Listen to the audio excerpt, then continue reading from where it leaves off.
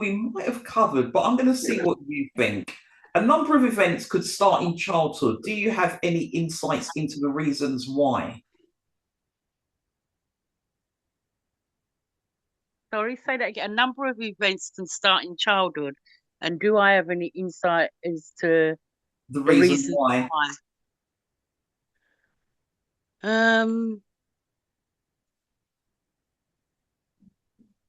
well, like you said earlier, your development is from 0 to 5. Once you get to that point, your personality is kind of set anyway, and events. So yeah, yeah. I mean, that's like saying growing a seed into a plant. I mean, unless you nurture it, you're not going to get there, are you?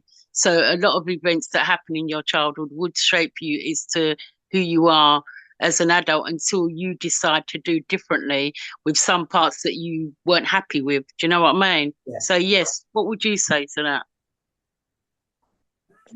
Let's just try and show. Do you have any insights as to why? Yeah, because what you basically said and more besides, our parents and our culture and our environment, we sort of suck the information up like a sponge, I think. And I think there's times you just do it subconsciously, you don't even realize you're absorbing all of this information. It's similar to when we watch adverts, you find yourself, there's a song you can't stand, the song's getting on your nerves, you hear it again and again and again, and you find yourself singing it. So it's just, some things are just subconscious. I think there's some things you just can't force not to absorb. It's just unfortunate.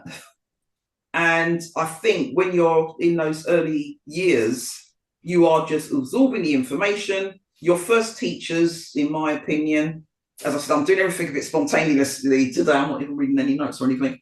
But yeah, I think your first teachers are your parents, and also you've got your family around you, and all of those people that are around you, just sort of like drawing from all of that. And then you around your colleague, your sort of classmates, and so on. So yeah, the events start in childhood because I think that's the time when you're just absorbing so much information. Everything Yeah. happens so quickly. Like when the child's born, three months pregnant, then next thing you know, 9 months, the next thing you know this, the next thing you know, they're walking, talking. It just happens so quick. The first X number of years, maybe 0 to 7, maybe. I'm just guessing. Everything happens so quick. Everything happens so quickly. So Does. as much as I keep on saying not to harp on things, what I mean? I just think it's just inevitable that you're just going to subconsciously absorb the information. And, you know, with that being said, I mean, this is just me being spontaneous again. Have you ever thought of going to a therapist now, psychologist, you know, psychiatrist, anyone like that? Anything like that, just to sort of see what they see in They're not you. going to see it. They're not going to see it. I have been to a therapist, but the therapist isn't there to say to see what they see. Oh, They're there. right. Do you, do you not feel that? A therapist is there to guide you through what it is that you see, not what they Right. Okay. What about psychiatrists? When someone tries to sort of dig deep to say, you know, when they say things like how someone might be, was it psychopathic? Things like that. They always look at childhood a lot of the times. I'm only saying that because I watch these days quite a lot of true crime. And I was watching one in particular of this guy, a young boy, 14-year-old, created YouTube channels, mm, started sort of getting into like horror films and then sort of writing short stories. The mother was part of the short story. He was rude to the boyfriend. He sort of like fronted up the mother, shouting in her face one time. I thought, I can't imagine Tarek doing that to me. But anyway, shouting in her face and she didn't do anything. Every time he had a tantrum, she didn't really do anything. She just let him calm down and let him go into his room and then come down when he was ready. And when they were moving house or something, I think the guy said, "Oh, he'll clear up the bedroom," and went into the. And this guy was about 13, 14 at the time. The boyfriend went into the bedroom and he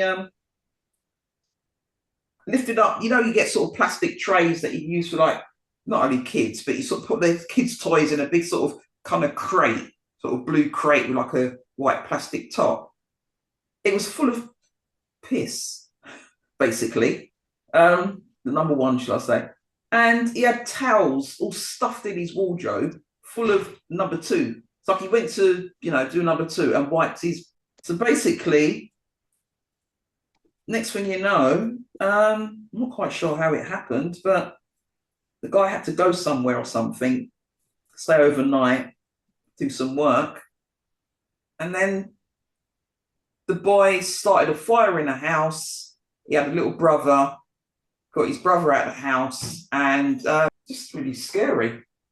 But as I said before that, he was kind of class A student from naught to the time of divorce. I mean, it has been said a lot of children that go through divorce sometimes feel that it's because of them that the divorce has happened, when in actual fact, it has nothing to do with them. You know what I mean? And they kind of ingest that. So maybe that's what happened with the child. But in terms of going to a therapist, maybe if you'd gone to a therapist, then it wouldn't have escalated to the point that it Glad you said that. The woman that presented the show that I watched, it was on YouTube, and it was that lady, that a nanny, something Porter. I'll try and remember her name. And he actually went to therapists, child psychologists, and got the all clear. Everything's fine. Nothing's wrong with him. Anyway, over to you now. You were saying. Oh, that's most probably why he got the all clear, because they know how to speak and say the right words, the buzzwords that are necessary, aren't they? I mean, I ask myself why there's so many schools like that, and yet nobody learns from the previous one. Yeah. There's quite a few in America, isn't there? That is very worrying, isn't it? Isn't that unbelievable? You think, how many things they need to do to stop this happening?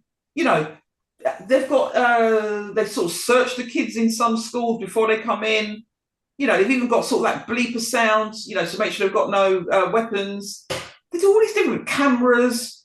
How much more can they possibly do? And then quite recently, there was another I believe it was in Georgia, in a school, a nursery or something like that, or primary school.